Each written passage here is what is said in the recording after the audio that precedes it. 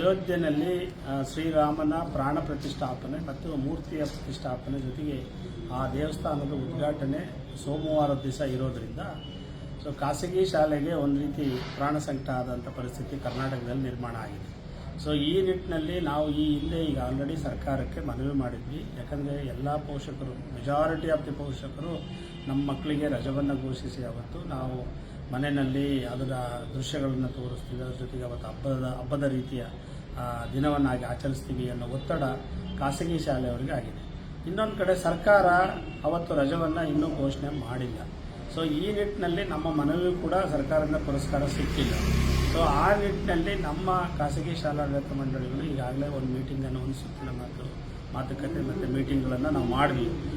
ಆ ಮೀಟಿಂಗಲ್ಲಿ ನಿರ್ಧಾರ ಏನಾಯಿತು ಅಂತಂದರೆ, ಅತ್ಯಂತ ಹೆಚ್ಚು ಪೋಷಕರು ಅಂದರೆ ಆ ಶಾಲೆಯಲ್ಲಿ ಬಹುತೇಕ ಪೋಷಕರು ರಜೆ ಬೇಕೇ ಬೇಕು ಅಂತ ಹೇಳಿದರೆ ಅಂತಹ ಶಾಲೆಗಳಲ್ಲಿ ರಜವನ್ನು ಕೊಟ್ಟು ಆ ದಿನವನ್ನು ಮತ್ತೊಂದು ದಿನ ರಜೆ ಇರೋ ದಿನ ಅಂದರೆ ಭಾನುವಾರ ಇರ್ಬೋದು ಅಥವಾ ಶನಿವಾರ ಪೂರ್ತಿ ದಿನ ಶಾಲೆಗಳನ್ನು ನಡೆಸುವಂತಹ ನಿರ್ಧಾರಗಳನ್ನು ಪೋಷಕರು ಮತ್ತು ಆಡಳಿತ ಮಂಡಳಿಗಳು ಒಮ್ಮತದ ಅಭಿಪ್ರಾಯಕ್ಕೆ ಬರುವಂತಹ ನಿರ್ಧಾರವನ್ನು ತಗೊಂಡಿದ್ದಾರೆ. ಅದ್ರ ಬಗ್ಗೆ ನಾವು ಯಾವುದೇ ಅಬ್ಜೆಕ್ಷನ್ಸನ್ನು ಹಾಕಿಲ್ಲ. ಮಕ್ಕಳ ಕಲಿಕೆಗೆ ಯಾವುದೇ ಭಂಗ ಬರದ ರೀತಿಯಲ್ಲಿ ನೀವು ನೋಡಬೇಕು. ಯಾಕಂದರೆ ಎಕ್ಸಾಮ್ ಹತ್ರ ಬಂದಿರೋದ್ರಿಂದ ಶಾಲೆಗೆ ರಜಾ ಕೊಡುವಂತಹ ಸಂದರ್ಭವನ್ನು ಮತ್ತೆ ಬೇರೆ ರಜೆ ದಿನವನ್ನು ಅದಕ್ಕೆ ಬಳಕೆ ಮಾಡ್ಕೊಳ್ಳೋ ಥರ ಮೇಡ್ಗುಡ್ ಮಾಡೋದಕ್ಕೋಸ್ಕರ ಆ ನಿರ್ಣಯವನ್ನು ತಗೋಬಹುದು ಅನ್ನೋದನ್ನು ಮೌಖಿಕವಾಗಿ ನಾವು ತಿಳಿಸಿದ್ದೀವಿ.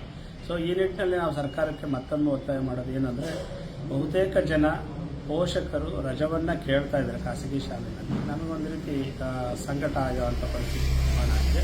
ಈ ನಿಟ್ಟಿನಲ್ಲಿ ಸರಿಯಾದ ನಿರ್ಧಾರವನ್ನು ರಾಜ್ಯ ಸರ್ಕಾರ ಮತ್ತು ಶಿಕ್ಷಣ ಇಲಾಖೆ ಪ್ರಕಟಿಸಬೇಕು ಅಂತೇಳಿ ಈ ಮೂಲಕ ರುಪ್ಸಾ ಕರ್ನಾಟಕ ವಿನಯದಿಂದ ಒತ್ತಾಯವನ್ನು ಮಾಡುತ್ತೆ.